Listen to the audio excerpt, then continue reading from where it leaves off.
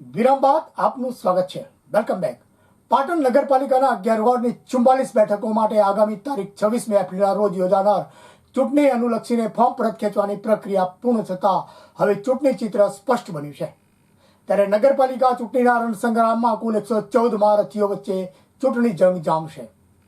પાટણ નગરપાલિકાના 11 વોર્ડના 102 મતદાન મથકના 65 બિલ્ડિંગોમાં આગામી 26 એપ્રિલના રોજ કુલ 1,08,323 મતદારો ઉમેદવારોના ભાવિને મતદાન પેટીમાં સીલ કરશે.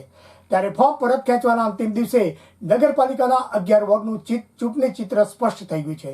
મોટાભાગના વોર્ડ વિસ્તારમાં ભાજપ કોંગ્રેસ વચ્ચે ટક્કર થશે, જ્યારે વોર્ડ નંબર 3, 8, 9 અને 10માં રાજકીય પક્ષો અને અપક્ષો ઉમેદવારો વચ્ચે સીધો મુકાબલો જામશે.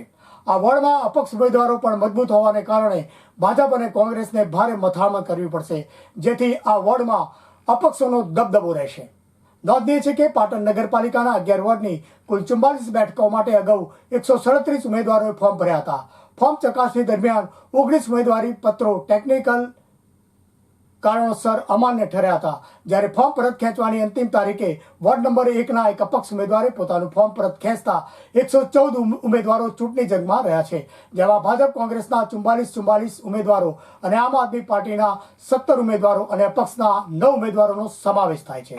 આમ ચિત્ર સ્પષ્ટ થતાં જ ઉમેદવારોએ મતદારોનો જનસંપર્ક કરવાની શરૂઆત કરી દીધી છે.